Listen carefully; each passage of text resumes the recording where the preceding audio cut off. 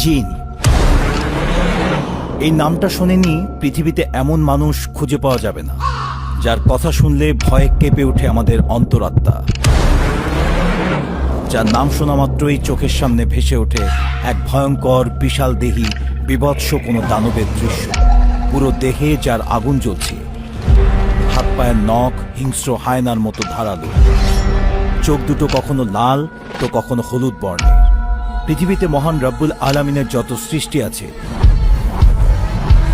তার মধ্যে নিঃসন্দেহে শক্তিশালী এবং ভয়ঙ্কর সৃষ্টি এই জিন।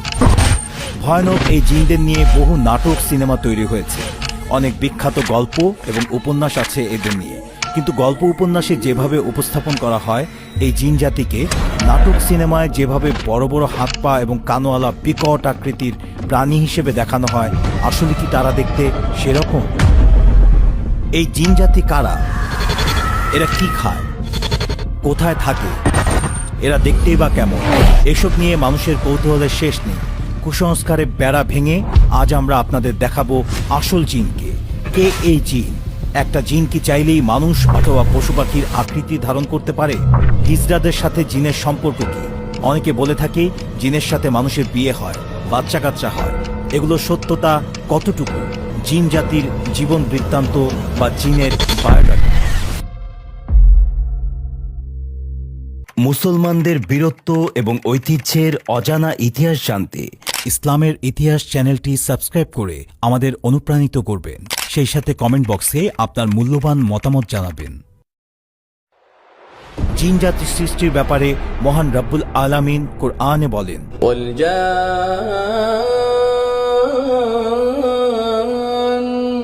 خلقناه من قبل من نار السموم। আমি প্রজ্বলিত অগ্নিশিখা থেকে জিন সৃষ্টি করেছি। জিন আগুনের সৃষ্টি, তাই বলে এদের সারা দেহে সবসময় আগুন জ্বলে এ কথা তেমন কোনো প্রমাণ নেই। জিন জাতিকে সৃষ্টি করা হয়েছে হযরত আদম আলাইহিসসালামের 2000 বছর পূর্বে। জিন জাতির আদি পিতা আবুল জিন্নাত সামুমকে আল্লাহ সুবহানাহু তাআলা আগুনের শিখা দ্বারা তৈরি করার পর আল্লাহ সামুমকে বলেন, তুমি কিছু কামনা করো। তখন সে বলে, আমার কামনা হলো আমরা সবাইকে দেখব, কিন্তু আমাদের কেউ দেখতে পারবে না, এবং মৃত্যুর পূর্বে যেন আমাদের বৃদ্ধরাও যুবক হয়। আল্লাহ সুবহানাহু তাআলা জিনদের এই দুইটি ইচ্ছাই পূরণ করেন। জিনরা বৃদ্ধ বয়সে মৃত্যুর পূর্বে আবার যুবক হয়ে যায়। জিনরা সাধারণত 1500 থেকে 2000 বছর পর্যন্ত বাঁচে। অনেকের মাঝে একটা প্রশ্ন আসে যে জিনরা যদি আগুনের তৈরি হয় তাহলে কিভাবে জিনরা জাহান্নামের আগুনে পুড়বে? মানব সৃষ্টির মূল উপাদান কাদামাটি হলেও মানুষ কিন্তু প্রকৃতপক্ষে কাদামাটি নয়। ঠিক তেমনি জিনের পূর্বপুরুষ আগুনের তৈরি হলেও জিন মানেই আগুন নয়। এর প্রমাণ মুসনাদ আহমদে বর্ণিত রাসূল সাল্লাল্লাহু আলাইহি সাল্লামের একটি হাদিস। রাসূল সাল্লাল্লাহু আলাইহি সাল্লাম বলেন, শয়তান নামাজের মধ্যে আমার সাথে মোকাবেলা করতে আসে, তখন আমি তার গলা টিপে দেই। তখন আমি শয়তানের থুতুর শীতলতা নিজের হাতেও অনুভব করছি। সুতরাং শয়তান বা জিন যদি দাহ্য আগুন হয় তাহলে তার থুতু ঠান্ডা হতে পারে না, তাই জাহান্নামের আগুন দ্বারা জিনদের ঠিকই কষ্ট হবে। জিনদের শরীর মূলত খুবই সূক্ষ্ম। জিনরা চাইলে যে কোনো কঠিন পদার্থের বাধা অতিক্রম করতে পারে। জিনদেরকে আল্লাহ পাক বিশেষ কিছু কথা ও কাজ শিখিয়ে দিয়েছেন, যার দ্বারা জিনরা চাইলে এক আকার থেকে আরেক আকারে রূপান্তরিত হতে পারে। ইসলাম ধর্ম মতে এই পৃথিবীতে কয়েক ধরনের জিন রয়েছে। তাদের মধ্যে অন্যতম ঘুল। এরা হচ্ছে বিশেষ প্রজাতির এক জিন। এরা নিজেদের রূপ পরিবর্তন করতে পারা ছাড়াও মানুষের মাংস ভক্ষণ ও রক্ত পান করে থাকে। এরা মূলত ভ্রমণকারী ও শিশুদেরকে তাদের লক্ষ্যবস্তু করে থাকে। এছাড়া এরা কবর থেকেও মানুষের লাশ চুরি করে। সিলাত, এই প্রজাতির জিনেরা খুবই বুদ্ধিমান হয়ে থাকে। এরা খুব সহজেই মানুষের রূপ ধারণ করতে পারায় মানুষের অনেক ক্ষতি করে থাকে। পারস্য লোককথায় এ প্রজাতির জিন নিয়ে অনেক গল্প রয়েছে। ইফরিত, ইফরিতরা নিজেদের ক্ষমতা ও চতুরতার জন্য সুপরিচিত। এদের বিশাল ডানা থাকে ও এরা আগুন ছুঁড়তে সক্ষম। এরা সাধারণত স্বভাবে হিংস্র ও দুষ্ট হয়ে থাকে। এরা জাদুর ব্যবহার করতে পারে। সাধারণ কোনো অস্ত্র তাদের ক্ষতি করতে পারে না, তবে মানুষ চেষ্টা করলে তাদের বশে আনতে পারে, এমনকি হত্যাও করতে পারে। কারিন, কারিন হচ্ছে জিনজাতির মধ্যে সবচেয়ে ভয়ঙ্কর ও ক্ষতিকর প্রজাতি। ইসলাম ধর্মে এই জিনের কথা বিশেষভাবে উল্লেখ করা হয়েছে। জিন প্রজাতির মধ্যে এরা বিশেষ ক্ষমতাপ্রাপ্ত। মানুষকে ধোঁকা দিয়ে ভুল পথে নিয়ে যাওয়া এদের প্রধান উদ্দেশ্য। কারিন জিন সর্বদা মানুষের আশেপাশে ঘুরঘুর করে এবং মানুষকে বিপদগামী করার চেষ্টা করে। কারিন জিনের সম্পর্কে বিস্তারিত আলোচনা নিয়ে আরও একটি ভিডিও আমাদের চ্যানেলে দেয়া হবে। এছাড়াও আরও কিছু ধরনের জিনের অস্তিত্বের ব্যাপারে জানা যায়, যাদের কথা কোরআন ও হাদিসে না আসলেও পৃথিবীতে বিভিন্ন সময় বিভিন্ন স্থানে এদের উপস্থিতির প্রমাণ পাওয়া যায়। হিন হচ্ছে এমন এক প্রজাতির জিন যারা দেখতে অনেকটা পশুর মতো হয়ে থাকে। এরা সাধারণত কুকুরের বেশে চলাফেরা করে। জ্যানরা মূলত মরুভূমি অঞ্চলে বসবাস করে থাকে। এরা সাধারণত ঘূর্ণিবায়ু বা সাদা উটের বেশ ধারণ করে চলাফেরা করে। জ্যানদের সঙ্গে ঘুলদের চরম শত্রুতা রয়েছে। তারা মানুষের প্রতি বন্ধুত্বপূর্ণ আচরণ করে থাকে। এছাড়া বলা হয়ে থাকে জ্যানরা হল জিন জাতির মধ্যে সর্বপ্রথম যারা মানব জাতির সঙ্গে সাক্ষাৎ করেছিল। মারিদ হল জিনদের মধ্যে সবচেয়ে শক্তিশালী প্রজাতি। আরবি ভাষায় মারিদ শব্দের অর্থ হল দানব। সুবিশাল আকৃতি ও শক্তিমত্তার জন্য তাদেরকে এই নামে ডাকা হয়। ইসলাম পূর্ববর্তী সময়কাল থেকেই আরবের বিভিন্ন লোককথায় এর অস্তিত্বের কথা জানা যায়। শিখ জিন জাতির মধ্যে অন্যতম একটি প্রজাতির নাম হল শিখ। এরা কিছুটা দানবীয় আকৃতির হলেও তুলনামূলকভাবে দুর্বল হয়ে থাকে। এ কারণে শিখদের নিম্ন প্রজাতির জিন বলে গণ্য করা হয়। নাসনাস জিনদের মধ্যে দুর্বল আরেকটি প্রজাতি হল নাসনাস। শিখ ও মানুষের মিলনের ফলে এদের সৃষ্টি বলে বলা হয়ে থাকে। এরা দেখতে অর্ধেক মানুষের মতো ও বাকি অর্ধেক পশুর মতো। নাসনাসদের মুখমণ্ডলের একাংশ এক হাত ও এক পা মানুষের মতো হয়ে থাকে, বাকিটা হয়ে থাকে পশুর মতো। পালিসরা সাধারণত মরুভূমিতে বসবাস করে। বলা হয় এরা মানুষকে ঘুমের মধ্যে আক্রমণ ও পায়ের পাতা চাটার মাধ্যমে রক্ত শোষণ করে থাকে।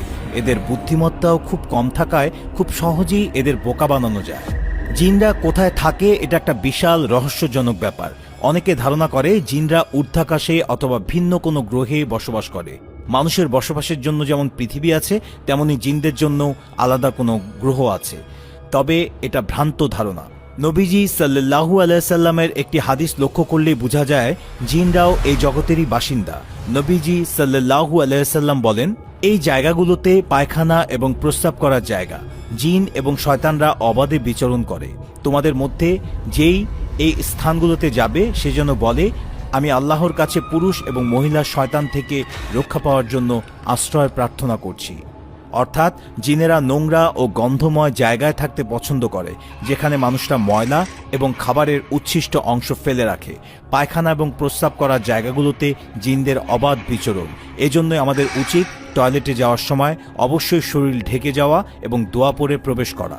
এছাড়াও জিনরা গোসলখানা, পশুঘর, নোংরা নালা, জলাশয়, প্রাচীন বৃক্ষ, বৃহৎ ছায়াযুক্ত বৃক্ষ যেমন বটগাছ, যেসব বাড়িঘর অনেকদিন ধরে বদ্ধ অবস্থায় আছে, গভীর বনজঙ্গলে বসবাস করে থাকে।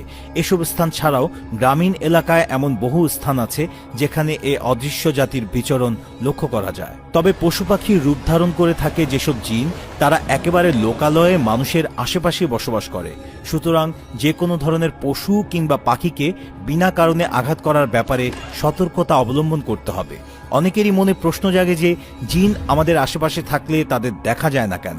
এখানে বলে রাখা ভালো, অনেক তরঙ্গ দৈর্ঘ্য যেমন অবলোহিত, মাইক্রোওয়েভ, এক্স রে, গামা রশ্মি ইত্যাদি আমরা খালি চোখে দেখতে পাই না।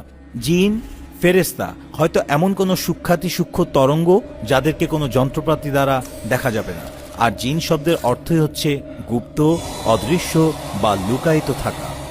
জিন ও বিজ্ঞান নিয়ে আমরা পরবর্তী কোনো ভিডিওতে আলোচনা করব ইনশাআল্লাহ। এবার চলুন জেনে নেওয়া যাক জিনদের খাবারের মেনু কি কি। নিঃশ্বাস নেওয়া প্রতিটি প্রাণীরই যেমন খাবারের প্রয়োজন হয়, তেমনি জিনদেরও প্রয়োজন হয় খাওয়ার। জিনদের সবচেয়ে পছন্দের খাবার হচ্ছে হালাল পশুর হাড্ডি। তবে শুধু পশুর হাড্ডি খেয়েই তারা দিনাতিপাত করে এমন নয়। গাছের ফলমূল, শুকনো গোবর এসবও খাদ্য হিসেবে তারা গ্রহণ করে থাকে। জিনদের নিয়ে আরেকটি কৌতূহলের বিষয় হচ্ছে জিনদের বিয়ে শাদী। কোনো জিন যদি কোনো মানুষের উপর কুদৃষ্টি ফেলে তাহলে সে ওই মানুষটার সাথে শারীরিক সম্পর্ক স্থাপন করে। এই ব্যাপারে মানুষের দেহে জিনের প্রভাব কতটুকু সে বিষয়ে ভিডিওতে বিস্তারিত আলোচনা করা হয়েছে। ভিডিওটির লিংক ভিডিওটির শেষে এবং ডেসক্রিপশন বক্সে দেয়া থাকবে। তবে জিনরা যে শুধুমাত্র মানুষের সাথে শারীরিক সম্পর্ক করে ব্যাপারটা এমন নয়। মানুষদের যেমন মহান রব্বুল আলামিন জোড়ায় জোড়ায় সৃষ্টি করেছেন, তেমনি জিনদেরও জোড়ায় জোড়ায় সৃষ্টি করেছেন। জিন জাতির মধ্যে মহিলা জিনদেরকে পরী বা পেতনি নামে ডাকা হয়। জিনদের মধ্যে বিবাহ প্রথা চালু আছে, তারা একসাথে সংসার করে এবং সন্তান গ্রহণ করে। জিনদের সাথে মানুষেরও বিয়ে হওয়া সম্ভব। তাফসিরে ইবনে কাসিরে বর্ণনা আছে, রানী বিলকিসের পিতামাতার মধ্যে একজন ছিল জিন। তবে জিনদের সাথে মানুষের বিয়ে হালাল না হারাম এ নিয়ে আলেমদের মাঝে মতবিরোধ আছে। বেশিরভাগ আলেমদের মতে জিন বিয়ে করা মাকরুহ। অনেক অন্ধ বুজুর্গ জিন মেয়েকে বিয়ে করেছেন যেন সফরে ওই বুজুর্গের হাঁটা চলায় সুবিধা হয়। তবে জিনরা যদি চায় তাহলেই মানুষ জিনদেরকে দেখতে পারে। জিনদের সাথে মানুষের উঠা বসা, বিয়ে শাদী, এটা পুরোটাই জিনদের ইচ্ছা। অনেক সময় জিনরা কাউকে বিয়ে করা ব্যতীত তার সাথে সঙ্গমে লিপ্ত হয়। যখন জিনরা কোনো মেয়ের সাথে অবৈধ সঙ্গম করে তখন সে সঙ্গম থেকে যে বাচ্চা জন্মায় তা হিজরা হয়। এ ব্যাপারে হযরত ইবনে আব্বাস রাদিয়াল্লাহু তাআলা বলেছেন, হিজরা জিনদের সন্তান।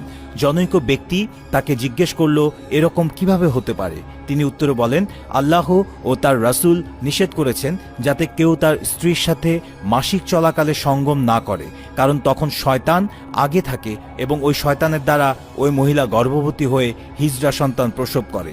জিনদের সাথে মানুষের বিয়ে ও জিন এবং মানুষের সঙ্গমে সন্তান জন্মদানের ব্যাপারে বিজ্ঞান ও মানবীয় চিন্তা স্বীকৃতি দেয় না। তবে মহান আল্লাহ তাআলাই এ ব্যাপারে ভালো জানেন। তিনি তো কাদামাটি থেকে আদম, পাজরের হাড় থেকে হাওয়া এবং পিতা ছাড়া মাতৃগর্ভে ঈসা আলাইহিস সালামকে সৃষ্টি করেছেন। জিন জাতির মাঝে নবী রাসূল এসেছিল কিনা এটা নিয়ে অনেকেরই আগ্রহ। এ ব্যাপারে আল কোরআনের সূরা আনআমের ১৩০ নং আয়াতে স্পষ্ট করে বলা হয়েছে যে আল্লাহ সুবহানাহু তাআলা বলেছেন, আমি জিন ও মানুষ উভয়ের মাঝে নবী রাসূল প্রেরণ করেছি, তাদের মাঝ থেকে যারা তাদের আল্লাহর বাণী পৌঁছে দিয়েছিল। তাহলে এখন জিনদের নবী রাসূল কারা? মানুষের মতো জিনদের মাঝেও বিভিন্ন ধর্ম আছে, আর জিনদের একমাত্র শাশ্বত ও সত্য ধর্ম ইসলাম। ইসলাম ব্যতীত অন্য ধর্ম গ্রহণকারী জিনরা কাফের জিন হিসেবে সাব্যস্ত হয়। আদম আলাইহিস সালামের আগমনের পূর্ব থেকেই জিনরা পৃথিবীতে বসবাস করত। ওই সময় তাদের মাঝেও আল্লাহর বিধিবিধান নাজিল হতো। তাই জিনদের মাঝে জিনদের কাছ থেকেই নবী রাসূল এসেছে, এতে কোনো সন্দেহ নেই। তবে শেষ নবী রাসূল সাল্লাল্লাহু আলাইহি ওয়াসাল্লাম আসার পর ওইসব নবী রাসূল বা আগের ধর্মগ্রন্থের বিধিবিধান রহিত হয়ে গেছে। জিনদের পোশাক কেমন হয় তা নিয়ে অনেক ধরনের বিভ্রান্তি ছড়ানো আছে মানুষের কাছে। তবে যারা জিন লালন পালন করেন তাদের ভাষ্যমতে জিনদের পোশাক হয় লম্বা জোব্বা। জিন যে লালন পালন করা যায় এবং তাদের দিয়ে বিভিন্ন কাজ করানো যায়, এটাও হয়তো বর্তমান শিক্ষিত সমাজ বিশ্বাস করেন না। কিন্তু কোরআনে হযরত সুলাইমান আলাইহিস সালামের ব্যাপারে বর্ণনা এসেছে, যিনি জিন লালন পালন করতেন এবং জিনদের দিয়ে বিভিন্ন কাজকর্ম করাতেন। তবে অপ্রয়োজনীয় কাজে বা কারো ক্ষতির উদ্দেশ্যে জিন পালা সম্পূর্ণ নিষেধ এবং আল্লাহর কাছে তা কঠোর শাস্তিযোগ্য অপরাধ। জিনরা গায়েব জানেন না। আলিমুল গায়েব একমাত্র মহান রব্বুল আলামিনের হাতে। তবে বাতাসে চলাফেরা করতে পারার কারণে জিনরা এমন অনেক জিনিস দৃষ্টিগোচর করতে পারে যা আমাদের পক্ষে সম্ভব না। যেমন ধরুন, এই মুহূর্তে মক্কায় কি ঘটছে তা আমাদের পক্ষে কোনো কিছু সাহায্য ছাড়া দেখা বা জানা সম্ভব না, কিন্তু জিনরা মুহূর্তের মধ্যেই তা দেখে আমাদের জানিয়ে দিতে পারে। জিনরা ভবিষ্যৎ জানে, এই ধারণাটা একেবারে ভিত্তিহীন। জিনরা চতুষ্পদ পশু, সাপ, বিচ্ছু, উট, গরু, ছাগল, ঘোড়া, খচ্চর, গাধা এবং পশু পাখির প্রভৃতি রূপ ধারণ করতে পারে। তবে তারা শুধু কালো রঙের কুকুরের বেশ ধরতে পারে। জিন গোত্রের সবচেয়ে খাটো জিনের উচ্চতা মাত্র 2 আঙ্গুল। জিনদের জন্য বিসমিল্লাহ শব্দটা পর্দার মতো কাজ করে, অর্থাৎ যদি আপনি কোনো জিনের সামনে বিসমিল্লাহ পড়েন তাহলে সে সামনে অন্ধকার দেখতে পাবে। এমনকি খাওয়ার সময়ও বিসমিল্লাহ পড়ে খাওয়া শুরু করলে জিন সেখান থেকে চলে যায়। যখন কেউ কোরআন তেলাওয়াত করে তখন ভালো জিনরা সে তেলাওয়াত মনোযোগ দিয়ে শ্রবণ করে। এমনকি মসজিদে জামাত চলাকালীন সময়ে কাতারের খালি অংশে দাঁড়িয়ে অনেক জিন জামাতেও অংশগ্রহণ করে। পৃথিবীতে জিনের সংখ্যা মানুষের চেয়ে বেশি।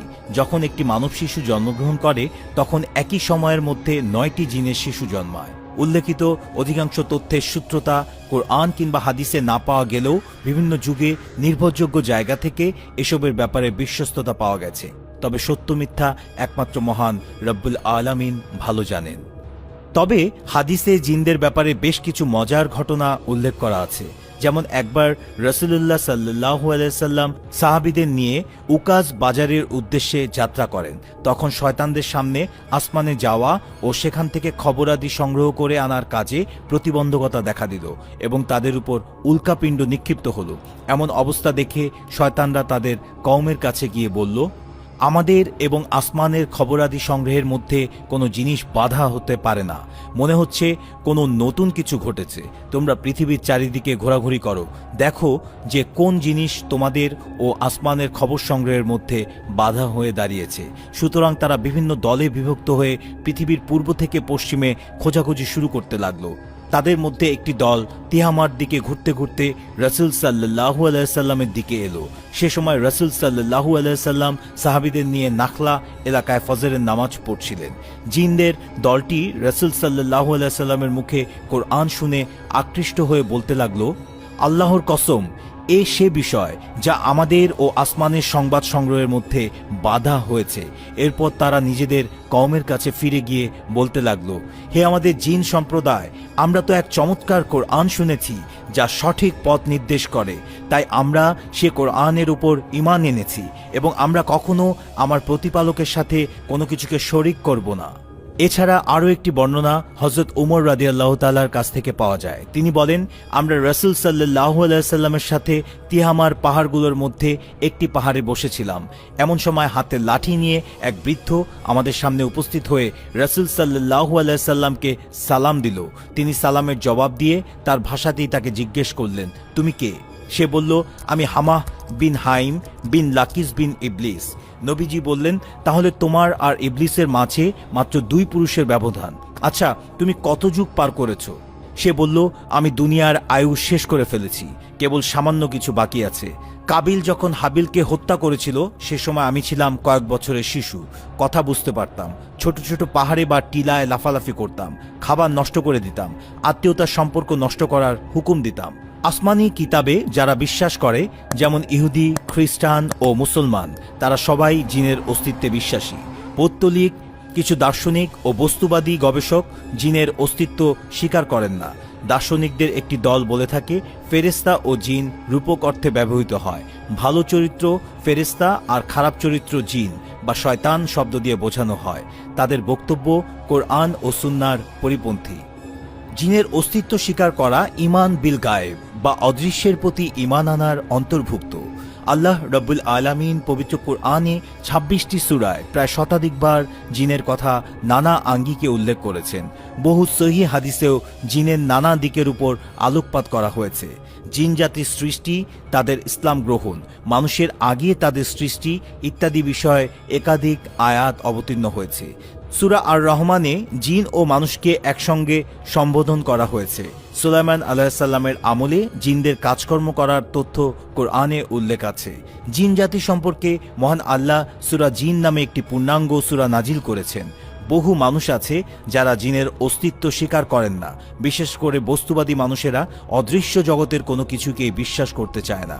আসলে জ্ঞান না থাকা কোনো কিছুর অস্তিত্বহীনতার দলিল।